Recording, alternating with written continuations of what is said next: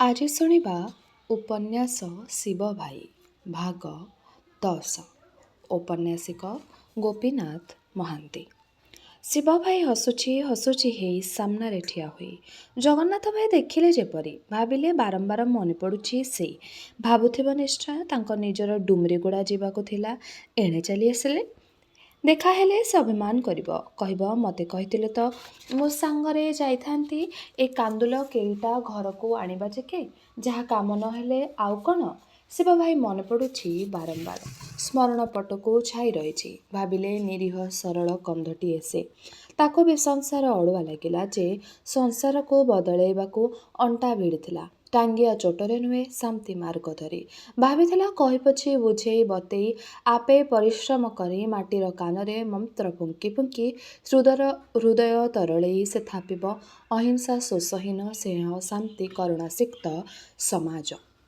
ଦେଖିଲା ପରି ଲାଗିଲା ଶିବିର ଶଳା ଶ୍ରୀ ବିଶ୍ୱନାଥ କନ୍ଧକୁ, ଯେ ଆଗ ଏ କାର୍ଯ୍ୟରେ କନ୍ଧମାନଙ୍କ ଭିତରେ ବାହାରିଥିଲା।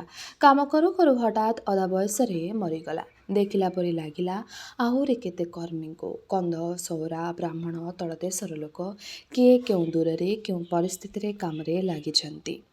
ଚାରିପାଖେ ଆନନ୍ଦର କୋଳାହଳ। ଜଗନ୍ନାଥ ଭାଇ ବସି ବସି ଚେତନାରେ ସେହି ମହାସମନ୍ୱୟର ସ୍ପର୍ଶ ପାଉଥିଲେ। ଦେଖୁଥିଲେ ସମସ୍ତେ ଏକ, ସମସ୍ତଙ୍କୁ ଆଲୋକିତ କରିଛି ଏକ ମହାଭାବ। ଆମେ ଭିନ୍ନ ଭିନ୍ନ ନୋହୁଁ, ଆମେ ଏକ। ସେଠି ବି ଅଛି ଶିବ ଭାଇ, ସେ ଚନ୍ଦ୍ରପୁର ମାଳର ଅନ୍ଧାରି କୋଣରେ। ଗାଁରେ ସେ ନାହିଁ। ଗାଁ ଗୋଟାକରୁ ଯେପରି ସିରି ତୁଟି ଯାଇଛି। ଅପା ଅନୁଭବ କଲେ କାନ୍ଦଣାର କୋଳାହଳ ଧିମେ ଧିମେ ସରିଗଲା। ମୁକ୍ତା କାନ୍ଦି କାନ୍ଦି ଶୋଇପଡ଼ିଲା। ଅପା ଆସିଗଲାରୁ ତାର ଯେତିକି ଆଉ ଯିବାକୁ ଏକ ଦମ୍ଭ ଆଶ୍ରା ଆସିଯାଇଛି। ପାଦତଳେ ମାଟି ଟାଣ ନିଦା। ଧୀରେ ଧୀରେ ଜଗତ ଯାକର ଘୂର୍ଣ୍ଣନ ଯେପରିକି ଅଳସେଇ ଆସୁଛି। ବାରି ହେଉଛି ସେଇଟା ସାହି, ସେଇଟା ଘର, ସେଇଟା ପର୍ବତ, ସେଇଟା ଖାଲ। ବାରି ହେଉଛି ଯାହା ଯେଉଁଠି ଥିଲା ତା ସେଇଠି ଅଛି, ନାହିଁ କେବଳ ତାର ସ୍ୱାମୀ। ମନ ପ୍ରସ୍ତୁତ ହେଉଛି ଏ ପରିସ୍ଥିତି ପାଇଁ। ଆଉ ଯେଉଁଟିକୁ ଶିବ ପାଇଁ ଆଣିଥିଲା ସେ ଝିଅଟି ବି ଶୋଇପଡ଼ିଛି। ଦୁଃଖର ରାଉ ରାଉ ତୋଫାନ ଭିତରେ ସେ ଯେପରିକି ନିଜକୁ ଆଉ ଥରେ ନୂଆ ହୋଇ ଚିହ୍ନୁଛି। ଦେଖୁଛି ଜିଅନ୍ତା ଲୋକଟା ମରିଯିବା ଖବର ପାଇବାରେ ମୋଟେ କେଇ ଘଣ୍ଟାରେ ତାର ମୋହ ଉପୁଡ଼ି ପଡ଼ିଛି। ସେ ବଞ୍ଚିବାକୁ ଚାହେଁ, ଶୋକ କରିବାକୁ ଚାହେଁ। ସେ ନିଘୋଡ଼ ନିଦରେ। ପାହାନ୍ତିଆ ହେଲା, ଅପା ନିର୍ତ୍ତକ ମୁତୁଟାଇଲେ। ପ୍ରାର୍ଥନାରେ ଆଜି ସେ ଏକୁଟିଆ। ଚନ୍ଦ୍ରମା ବି ଆସିନାହିଁ। ସେ ତାର ଲୁହ ରୋକି ପାରୁନାହିଁ। ତା ହୃଦୟରେ ଝଡ଼ ଚାଲିଛି। ତା ଦୁଆର ମୁହଁରେ ପୁଞ୍ଜା ପୁଞ୍ଜା ହୋଇ ଲୋକ ବସିଛନ୍ତି। କାହାରି ପାଟିରେ କଥା ନାହିଁ। ଶିକ୍ଷୟିତ୍ରୀ ଜେନି ବି ବସିଛନ୍ତି ଗୋଟିଏ ଦଳରେ। ତାଙ୍କର ସମତଳ ଦେଶ। ଏପରି କେବେ ସେଠି ଶୁଣା ନାହିଁ। ଆଶ୍ଚର୍ଯ୍ୟ ଭାବ, ଭୟ, ଦୁଃଖ ସବୁ ତାଙ୍କଠି ଏକାଠି। ଗାଁ ମୁଣ୍ଡରେ ଢିପ ଉପରେ ଆଶ୍ରମ ଘରଟି। ପାଖକୁ ଲାଗି ଘର ଲାଗିଯାଇଛି। କିନ୍ତୁ ସାହିରେ ଲାଗିଥିଲେ ବି ଏ ଆଶ୍ରମ ଘରର ଏକ ସ୍ୱତନ୍ତ୍ରତା ରହିଛି। ଢିପ ସେପାଖେ ଖାଲ ଭୁଇଁ, ତାପରେ ପୁଣି ଢିପ ଉଠିଛି, ତା ଉପରେ ରେଳ ଲାଇନ, ତା ସେପାଖେ ପର୍ବତ। ଏ ଆଶ୍ରମ ଘର ଆଗଜମା ଅଗଣାରେ କେତେ ଲୋକଙ୍କ ପାଦ ଧୂଳି ପଡ଼ିଛି। ଏ ପିଣ୍ଡା ଉପରେ କେତେ ଲୋକ ବସିଛନ୍ତି, କେତେ ବିଚାର ହୋଇଛି। ମାଟି ଚାଳ ହୋଇ ଏ ଘରଟି ତୋଳିବା ପଛଆଡ଼େ କେଡ଼େ ଆଶା, କେତେ ଉତ୍ସାହ ରହିଛି। ସବୁ ଭାବୁଅ, ସବୁ ସ୍ମୃତି ମିଶାମିଶି ଯେପରିକି ଏ ଘର ଅଛି ଏକ ବ୍ୟକ୍ତିତ୍ୱ, ଏକ ଶାନ୍ତ ସ୍ନିଗ୍ଧ ପବିତ୍ର କୋମଳ ଆଶାୟୀ ବ୍ୟକ୍ତିତ୍ୱ। ସେ ସହାନୁଭୂତି ବିଛାଇ ଦେଇ ଆପଣାର କରି ଆଦରି ନିଏ। ଅପା ପ୍ରାର୍ଥନାରେ ବସିଥିଲେ, ଗୀତା ଆବୃତ୍ତି କରୁଥିଲେ। ଦୁଃଖେ ସେ ନୁହେଁ ଉଦ୍ବିଗ୍ନ, ସୁଖେ ବୀତସ୍ପୃହ ମନ। ରାଗ ଭୟ କ୍ରୋଧ ଶୂନ୍ୟ ସ୍ଥିତ ଧୀ ମୁଁ ନିଜେ ଜନ। ଗୀତା ତ କହିଛନ୍ତି ହିଁ, ଗଚ୍ଛସ୍ ନ ଗତାସୁଚ୍ଛ ନାନୁ ଶୋଚନ୍ତି ପଣ୍ଡିତାଃ। ପଣ୍ଡିତମାନେ ମଲା ଜୀଇଁଲା ପାଇଁ ଶୋକ କରନ୍ତି ନାହିଁ। କାହିଁ ହେଉଛି କେଉଁଠି? ବିଚରା ନିରୀହ ଶିବ ପାଇଁ ଶୋକ ନ କରି ରହିହେଉଛି କେଉଁଠି? ସେ ଥିଲେ ପ୍ରାର୍ଥନା ପାଖେ ସେ ବି ବସିଥାନ୍ତା, ସେ ନାହିଁ। ଗୀତା କହିଛନ୍ତି, ଶାସ୍ତ୍ର କହିଛନ୍ତି ସେ ମରିନାହିଁ। ନ ଜାୟତେ ମିୟତେ ବା କଦାଚିନ୍ନାୟଂ ଭ୍ରୁତା ଭବିତା ବା ନ ଭୂୟଂ। ଅଜୋ ନିତ୍ୟଂ ସାୟନ୍ତୋୟଂ ପୁରାଣଂ ନ ହନ୍ୟତେ ହନ୍ୟମାନେ ଶରୀରେ। ପୁଣି ନୈନ ଝିନ୍ତନ୍ତି ଶସ୍ତ୍ରାଣି ନୈନ୍ୟଂ ଦହିତ ପାବଂ ନ ଚୈନଂ କଦାୟନ୍ତୋପୋ ନ ଶୋଷୟତି ମାରୁତଂ। କେହି ତାର କିଛି କରିପାରିବ ନାହିଁ। ସେ ମରେ ନାହିଁ, ସେ ମରିନାହିଁ। ଦେହଟା ଯାଇଛି, ଆତ୍ମା ବି ନାହିଁ। ଶିବ ଭାଇ ମରିନାହିଁ, ଅଛି। କାହିଁ ସେ? କିଏ ଯେପରି କହୁଛି ଆଉ ସେ ଫେରିବ ନାହିଁ। ଭସ୍ମୀଭୂତେଷୁ ଦେହେଷୁ ପୁନରାଗମନ କୁରୁତଃ। ତାର ଦେହ ପୁରୁଣା ଛିଣ୍ଡା ଲୁଗା ପରି ଫୋପଡ଼ା ହୋଇଥାଉ, ତାର ଅମର ଆତ୍ମା ବଞ୍ଚିଥାଉ, ସେ ବଞ୍ଚିଥାଉ, ନ ମରିଥାଉ। ସେ ଆଉ ଫେରିବ ନାହିଁ, ଡାକିବ ନାହିଁ ହସି ହସି, ଅପା ଆଜି କୋଉ ଗାଁକୁ ଉଦ୍ଧାରିବାକୁ ଯିବୁ, କୋଉ ସାହୁକାରର ପଥର ମନ ତରଳାଇବାକୁ ଯିବୁ, ଗରିବଙ୍କ ପାଇଁ ଭାତ ମାଗିଯିବୁ। ସେ ଆମ୍ବାକୁ ଚିହ୍ନୁ ପଛେ ତାର ଆତ୍ମା ସେ ରୂପକୁ ଆଉ ଦେଖିବ ନାହିଁ, ଏ ଦେହକୁ ହାତ ଆଉ ଛୁଇଁବ ନାହିଁ। ଶିବ ଭାଇ ବେଶରେ ଆଉ ଆସିବ ନାହିଁ, ଡାକିବ ନାହିଁ ଅପା ବୋଲି। ପ୍ରାର୍ଥନାରତ ଅପାଙ୍କ ଦି ଆଖିରୁ କେରା କେରା ହୋଇ ଲୁହ ଝରି ପଡ଼ିଲା।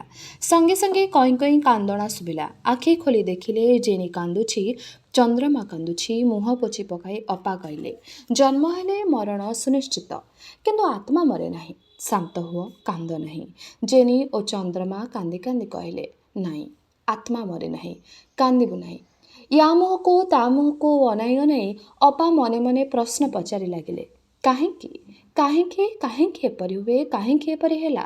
ସେ କାହାରି କିଛି ଅନିଷ୍ଟ କରିନାହିଁ, କାହିଁକି ତାକୁ ବାଘ ଖାଇଲା? କାହିଁକି ନିଷ୍ପାପ ଶିଶୁ ଯନ୍ତ୍ରଣାରେ ଛଟପଟ ହୋଇ ମରେ? କାହିଁକି ଗଜା ଭେଣ୍ଡିଆ ଅଧା ବୟସରେ ଟଳି ପଡ଼େ? କାହିଁକି? ମୁହଁ ପୋଛି ଅପା ଉଠି ପଡ଼ିଲେ।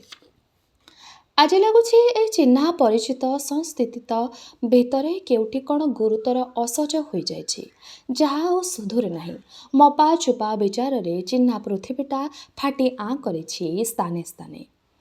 ପରାଣପଣେ ସେଠି ବିଶ୍ୱାସ ଯୋଡ଼ି ମଟାମଟି କଲେ ବି ଫାଟ ଯୋଡ଼ୁନାହିଁ। ପରିଶ୍ରମରେ ଝାଳ ବୋହିଯାଉଛି।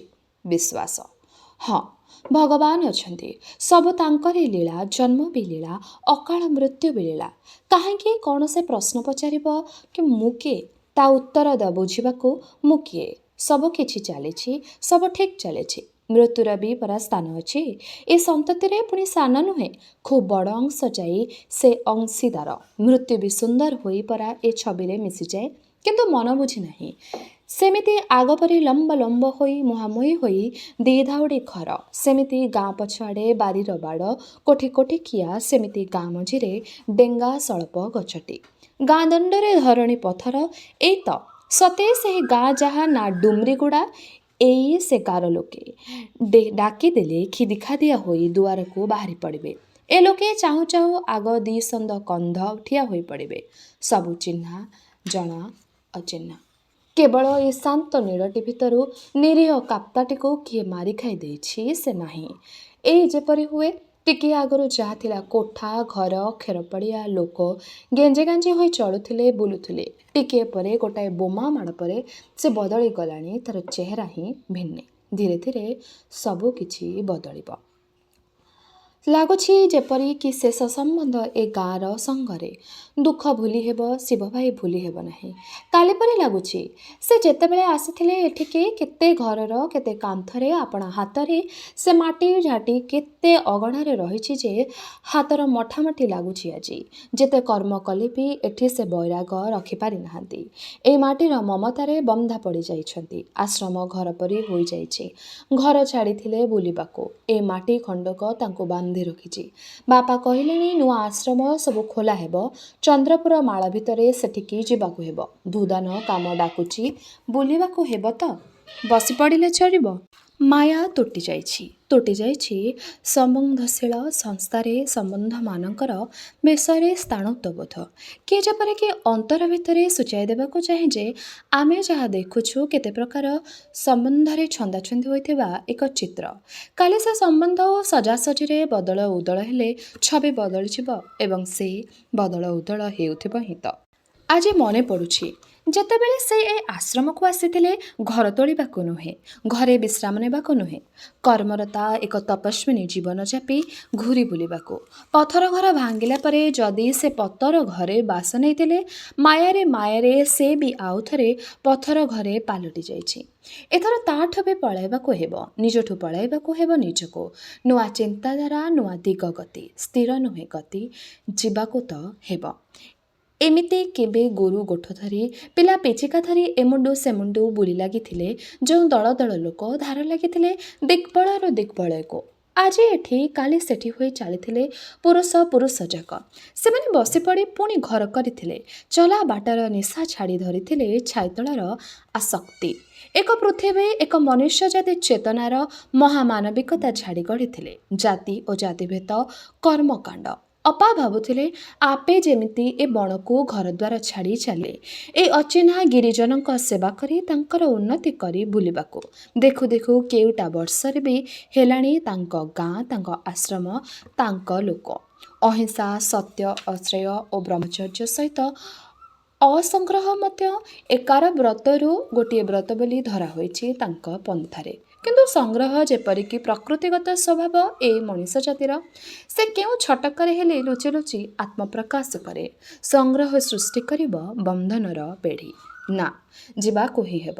ଶିବ ଭାଇକୁ ବାଘଖିଆ ବିଚାରର ସୁସ୍ଥି ଓ ଥାଇତାପଣକୁ ଓଲଟାଇ ଦେଇ ଅନ୍ତର୍ଦୃଷ୍ଟି ପାଇଁ ଦ୍ୟୋତନା ସୃଷ୍ଟି କରିଛି। ନୂଆ କରି ମୂଳଭେଲ ଲାଗିଛି। ଗାଁ ତଳମୁଣ୍ଡରେ ପାଟି ଆରମ୍ଭ ହେଲାଣି। ଦାଣ୍ଡରେ ଗୋଟିଏ ଦଳ ବଢ଼ି ବଢ଼ି ଉଠୁଛି। ଅପା ତେଣେ ମୋହିଲେ। ପାଟି କରୁଛି ବୁଢ଼ା ହିକ୍କକା ପେଜୁକନ୍ଧ। ଖାଲି ପାଟି ନୁହେଁ, ଗୋଟିଏ ଭାଷଣ ଦେଉଛି। ଶ୍ରୋତା ଜମା ହୋଇଛନ୍ତି। ଡେଙ୍ଗା ଧଡ଼ିଲା ଶୁଖିଲା ବୁଢ଼ାଟିଏ 20 ବର୍ଷ ତଳେ ତା ସ୍ତ୍ରୀକୁ ବାଘ ଖାଇଥିଲା। ତାର ଆଉ କେହି ନାହିଁ। ବେଳେବେଳେ ତାକୁ କାଳିସୀ ଲାଗେ। ସେତେବେଳେ ସେ ଠାକୁରମାନଙ୍କ ଇଚ୍ଛା ପ୍ରକାଶ କରେ ବୋଲି ଲୋକେ ଭାବନ୍ତି। ପେଜୁକନ୍ଧ କହୁଥାଏ, କାଲି ଜଣଙ୍କୁ ଖାଇଲା, ଆଜି ଆଉ ଜଣଙ୍କୁ ଖାଇବ। ଗଲା, ଖାଉ ଖାଉ ସମସ୍ତେ ଶେଷ। ଗାଁ ପାତଳ ହୋଇଯିବ। ଶେଷରେ ଚରିବ, ଭାଙ୍ଗିଯିବ। କାହିଁକି ଜାଣିଛ? ଦେବତାମାନେ କୋପ କରିଛନ୍ତି। କାହିଁକି କୋପ କରିଛନ୍ତି ଜାଣିଛ? ଆମେ ତାଙ୍କର ସବୁ ବିଧିବିଧାନ ବନ୍ଦ କରିଦେଲୁ ବୋଲି। କାହିଁକି ବନ୍ଦ କଲୁ? ଏ ଅପା କୁହାରେ ପଡ଼ି ଗୋରୁ ପଡ଼ ହାଣିବା ବନ୍ଦ କଲା, ରନ୍ଧା ମଦ ହାନ୍ଦିବା ବିକିବା ବି ବନ୍ଦ କଲା। ମଦ ନାହିଁ କି ମାଉଁସ ନାହିଁ। ଝାଙ୍କର ଦେବତା କେତେ କାଳ ସମ୍ଭାଳିବ? ଆମେ ତ ଆମର ଲେଙ୍ଗୁଟି ପିନ୍ଧିଥିଲୁ, ଭଲ ଥିଲୁ। ସେ ଶିଖାଇଲା ଲୁଗା ପିନ୍ଧ। ଦେବତା କ'ଣ ଶ୍ରଦ୍ଧା ପାଇବ? ସବୁଦିନେ ଖାଇବାଟା ଗୋରୁ, ତାକୁ ବନ୍ଦ କରିଦେଲା। କେବେ ନ ଖାଇବାଟା ଯେମିତି ଆଳୁ, ଟମାଟୋ, କୋବି, କାକୁଡ଼ି ସେଗୁଡ଼ା ଖୁଆଇଲା। ସୂତା କଟାଇଲା। କୋଉ କାଳେ କନ୍ଧ ପିଲା ପାଠ ପଢ଼େ? ଦେଖ ଦେଖ ସେ ପିଲାଙ୍କୁ ପାଠ ପଢ଼ାଇଲା।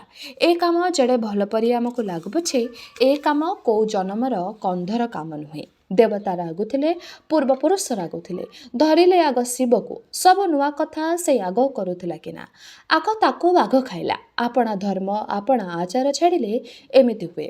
ବହୁତ ହୋଇଗଲା, ଏଥର ଛାଡ଼ ଏସବୁ। ଯେମିତି ଆମ ପୂର୍ବପୁରୁଷ ଥିଲେ, ବଞ୍ଚିଥିଲେ, ଆମର ବାପା, ତାର ବାପା, ସେମିତି ଆମେ ବି ଚଳିବା। ବାଣ ମାରିବା, ଗୋରୁ ମାରିବା, ଖାଇବା, ମଦ ଖାଇବା, ଏ ନୂଆ, ଏ କ'ଣ? ଆମର ଦରକାର ନାହିଁ। କହିଦିଅ ଅପାକୁ, କହିଦିଅ ରାଇଜ ଜାଗାଙ୍କୁ, ଯେ ଯେତେ ଆସୁଛନ୍ତି ଆମକୁ ହିତ କରିବାକୁ ବୋଲି କହୁଛନ୍ତି, କହିଦିଅ ସମସ୍ତଙ୍କୁ ଯେ ଆମର ଆମେ ସେମିତି ମନ ଯେମିତି ଚଳିବୁ। କେହି ଆମର ହିତ କରିବା ଦରକାର ନାହିଁ। ଘୋ ଘା ହୋଇ ଲୋକେ ସମର୍ଥନ ଜଣାଉଛନ୍ତି। ମନ ଭିତରେ ଗୋପନ ଅନ୍ଧାର ସମର୍ଥନ ପାଇଛି। ସଫା ହୋଇଥିବା ଅରଣ୍ୟ ଯେପରିକି ସନ୍ଧାନ ପାଇଛି ବର୍ଷାର। ମାଟି ତଳୁ ଥୁଣ୍ଟା କଅଁଳ ଉଠିଛି, ଟିକିଏ ଛାଡ଼ିଦେଲେ ଛାଇଯିବ ବଣ। ଗୋଟିଏ ବାଘ ଖିଆର ଉପଲକ୍ଷ ନେଇ ଦେଖାଇ ଏମାନେ ପୁରୁଣା ପ୍ରଥା, ପୁରୁଣା ସଂସ୍କାରକୁ ଫେରାଇ ଆଣିବାକୁ ଖୋଜୁଛନ୍ତି। ଶିବ ମରିବାର 24 ଘଣ୍ଟା ବି ହୋଇନାହିଁ। ବିରକ୍ତ ହୋଇ ଅପା କହିଲେ, ବହୁତ କହୁଛୁ ପେଜ ବୁଢ଼ା, ବହୁତ କହୁଛି ପେଜୁ ବୁଢ଼ା। ଯଦି ଗୋରୁ ନ ହାଣିଲେ, ମଦ ନ ରାନ୍ଧିଲେ ବାଘ ଧରନ୍ତା, ତେବେ ତ ଆମେ ସମସ୍ତଙ୍କୁ କୋଉଦିନ ବାଘ ଖାଇସାରନ୍ତାଣି। ତୁମେ ତ ଏତେ ମଦ ରାନ୍ଧୁଥିଲ, ଗୋରୁ ହାଣୁଥିଲ, ପୂଜା ଦେଉଥିଲ, ତେବେ ତୁମ ଭାରିଜକୁ ବାଘ ଖାଇଲା କାହିଁକି? ସେ କଥା ମିଛ। ସେ କଥା କହି ମିଥ୍ୟାରେ ଲୋକଙ୍କୁ ଖରାପ ଆଚରଣ କରିବାକୁ ମତା ନାହିଁ। ବାଘର ସ୍ୱଭାବ, ସେ ଜନ୍ତୁ ଖାଇବ। ତା ଆଗକୁ ଗଲେ ତାର ଖାଇବାକୁ ମନ ହେଲେ ସେ ନିଶ୍ଚୟ ଖାଇବ। ତୁମେ ଗୋରୁ ହାଣିଲେ ବି ଖାଇବ, ଗୋରୁ ନ ହାଣିଲେ ବି ଖାଇବ। ଆଜି ଆମ କପାଳ ଦୁର୍ଯୋଗକୁ ଆମର ଜଣକୁ ଖାଇଦେଲା ବୋଲି ଧର୍ମ, କର୍ମ, ଆଚାର ସବୁ କଥାକୁ ଅବିଶ୍ୱାସ କରି ଏଡ଼ାଉ ଦେଉଛ କାହିଁକି? ସତେ ତ, ଟୋକା ସୀତାନାଥ କହିଲା, ତାର ବାପ ନାହିଁ, ମା ନାହିଁ, କେହି ନାହିଁ। 15 ବର୍ଷ ବୟସରେ ତା ଘରକୁ ସେ ମୁରବୀ। ଅପା ସତ କହୁଛି। ଦେବତାକୁ ଗୋରୁ ପୂଜା ନ କଲି ବୋଲି ଯଦି ଶିବକୁ ବାଘ ଖାଇଲା, ତେବେ ପେଜୁ ବୁଢ଼ାର ମାଇକିନାକୁ ଖାଇଗଲା କାହିଁକି? ପଦା ଗାଁ ମାନଙ୍କରେ କାହିଁକି ଖାଉଛି? ସେ କଥା ନୁହେଁ ଯେ, ପେଜ ବୁଢ଼ାର ଦାନ୍ତମୂଳ ଶୂଳେଇ ହେଉଛି। ଖଣ୍ଡେ ବେଁସେରା ହାଡ଼ ରେକ୍ଟିବାକୁ ଅଭ୍ୟାସଟା ଛାଡ଼ିଗଲାଣି କି ନା? ଲଛମନ କହିଲା, ଆଉ ତଣ୍ଟିଟା ବି ଅଠା ଅଠା ହେଇଯାଉଥିବ। ଯେତେହେଲେ ଡିପୁ ମଦ, ରନ୍ଧା ମଦ ସାଙ୍ଗରେ ପଡ଼ିବ କି? ସେଥିପାଇଁ ଭାବି ଭାବି ବୁଢ଼ା ଗୋଟାଏ ପାଠ ବାହାର କରୁଛି। ସମସ୍ତେ ହସି ଉଠିଲେ। ପେଜବୁଡ଼ା ଅପ୍ରସ୍ତୁତ ହୋଇ କହିଲା, ବାଘ କିଏ ସେ ବୋଲି ତୁମେ ଭାବିଛ? ବାଘ ଠାକୁରାଣୀ ମା'ର ପୋଷା କୁକୁର। ଆମେ ଯେମିତି ଡ୍ରୁ ଡ୍ରୁ କହି କୁକୁର ଲଗେଇ ଦଉ, ଠାକୁରାଣୀ ସେମିତି ବାଘକୁ ଲଗେଇ ଦିଏ। ତାର ପୂଜା ଉଣା ହେଲେ ତା କୁକୁର ଆମକୁ ଗୋଢ଼େଇ ଗୋଢ଼େଇ ଖାଇବ। ତା ପୂଜା ଆମେ ଉଣା କଲୁ କି? ସବୁ ତ ତାର, ସେ ଯାହା ମନ କରିବ ତା ଖାଇବ। ଲଛମନ କହିଲା, ଆଉ ରନ୍ଧା ମତ ଦେଲେ ବୁଢ଼ାହଡ଼ା ହେଲେ ଶରଧା କରିବ ଏ କଥା କିଏ କହିଲା? ସେମିତି ହେଇଥିଲେ ଆମ ପୂର୍ବପୁରୁଷ ଯେତେବେଳେ ମଣିଷ ବଳି ବନ୍ଦ କଲେ ସେତେବେଳୁ ସମସ୍ତଙ୍କୁ ଠାକୁରାଣୀ ଖାଇସାରନ୍ତାଣି, ଆଉ କେହି ନଥାନ୍ତେ। ଅପା ସତ କହୁଛି, ଏବେ ଆମକୁ ବିପତ୍ତି ପଡ଼ିଲା ବୋଲି ଭଲ ବାଟଟା ଛାଡ଼ି ଅବାଟରେ ପଶିଯିବା କାହିଁକି? ସତ ସତ ସତ। ଗହଳି ହୋଇ ସମର୍ଥନ ହେଲା। ଲାଜରା ହୋଇ ପେଜୁ ବୁଢ଼ା ତାର ଗୁହାଳ ସଫା କରିବାକୁ ଚାଲିଗଲା।